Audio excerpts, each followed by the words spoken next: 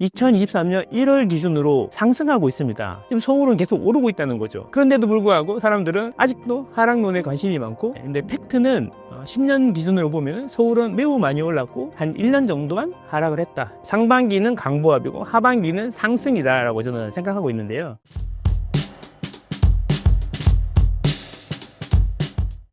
안녕하십니까. 처음 뵙겠습니다. 망고쌤TV를 운영하고 있는 망고쌤이라고 합니다. 23년차 찐 투자자이고요. 객관적으로 부동산 시장을 이해하기 위해서 부동산 대학원에서 부동산 빅데이터를 전공하고 있습니다. 부동산 시장과 내 집 마련 관련 정보들을 제공하려고 노력하고 있습니다. 반갑습니다. 토어제와 탄핵 이후 현재 부동산 상황이 어떤가요? 일단 탄핵하고 토어제 중에 토어제가 더 영향을 많이 미치는 것 같고, 일단 강남 4구 같은 경우에는 거래가 많이 줄었습니다. 실제로. 그렇지만 호가는 안 떨어지고 있고 가격은 계속 신고가에 나오고 있는 상황이고요. 탄핵 같은 경우에는 심리적으로는 영향을 많이 줬는지 모르겠지만 실제로는 탄핵 이후로도 거래량은 계속 늘어났고 가격은 계속 올라가고 있는 추세죠. 데이터가 그렇게 말하고 있습니다. 그리고 이제 중요한 거는 이제 정책이라든지 정치 이벤트 또 관세 이슈도 있었지 않습니까?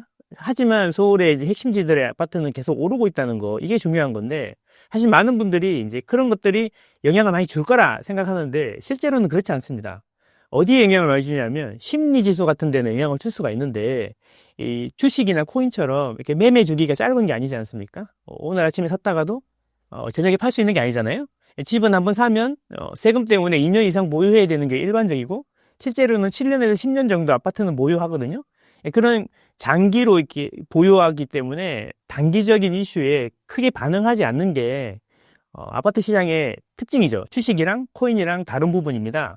그래서 이번에 관세 이슈도 그렇고 탄핵도 그렇고 여러 가지 이슈가 있었지만 실제로 서울 아파트 매매 시장은 전혀 하락하거나 그러지 않고 오히려 거래량이 늘면서 가격이 오르고 있다는 게 중요한 거죠. 이런 부분을 잘 알아야 아파트 시장을 이해할 수 있는데, 대부분의 경우에는 투자를 처음 시작하실 때 주식이라든지 코인 쪽에서 먼저 시작하시고 부동산 쪽으로 관심을 가지시는 분들이 많거든요. 그래서 이제 부동산하고 코인 시장, 금융 시장하고 차이 때문에 이해하는데 좀 어려움이 있죠. 그런 부분을 잘 이해하시면 아파트 시장도 여러분들 자산 형성에 많은 도움이 될 수 있습니다. 4월 부동산 거래량이 하락했던 이유가 무엇인가요? 4월에 거래량이 하락했다는 것도 사실은 잘못된 이야기입니다. 통계로 이야기를 하면 최근 10년 서울 평균 월 아파트 거래량은 5,800건 정도 되고요. 최근 5년 동안은 3,880건 정도 됩니다. 3월달 같은 경우에는 거의 9,000건 넘는 거래가 실제로 됐고요. 2월 같은 경우에는 6,200건 정도 거래가 됐어요. 그러면 2월 같은 경우에는 최근 5년 평균 대비해서도 많고 10년 평균 대비해서도 많거든요. 근데 4월달은 3월보다는 적지만 2월 평균하고 같은 수준으로 거래가 되고 있다는 게 팩트입니다. 그거를 이제 그림을 한번 보여드리면, 요거는 제가 부동산 빅데이터로 그림을 만든 건데요. 자세히 보시면 여기 파란색으로 되어 있는 게 2월 거래량이고 남색으로 되어 있는 게 3월 거래량인데, 2월 같은 경우에는 6,262건 서울 아파트가 거래됐고, 3월 같은 경우에는 9,675건이 거래가 됐고요. 4월 같은 경우에는 4월이 시작한 지 36일이 지났거든요. 36일 동안 3,353건이 거래가 돼서 2월이랑 비슷한 수준으로 거래가 있다는 거죠. 보통 이게 그 실거래 가격 가지고 건수 이야기를 많이 하지 않습니까?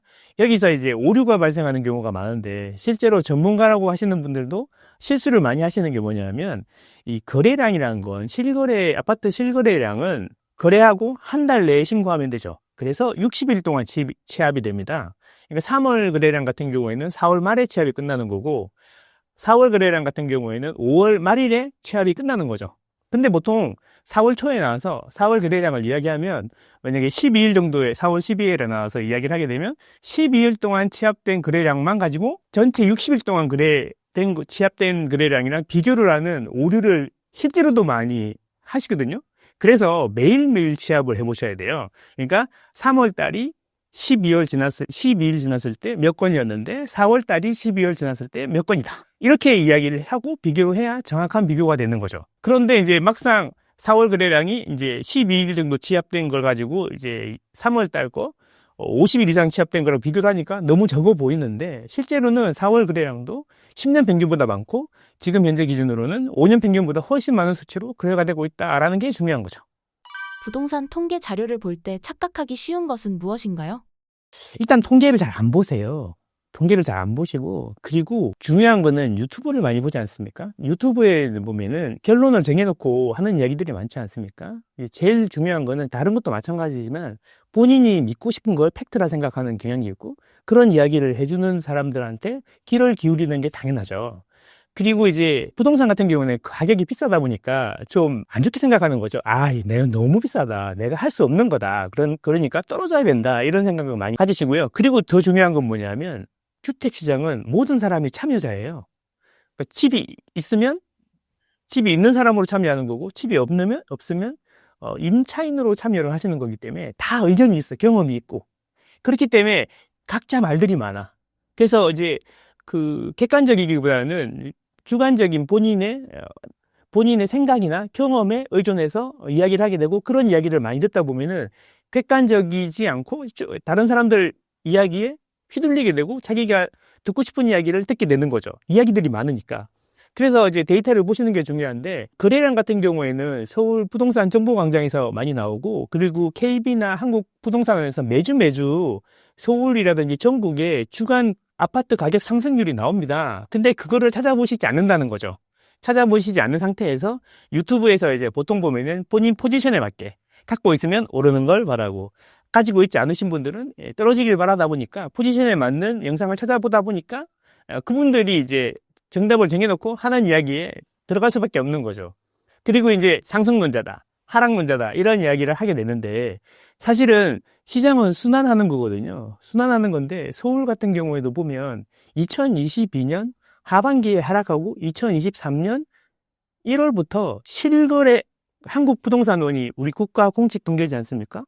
2023년 1월 기준으로 상승하고 있습니다. 실제로 계속 상승하고 있는 추세이거든요. 이게 팩트입니다, 팩트.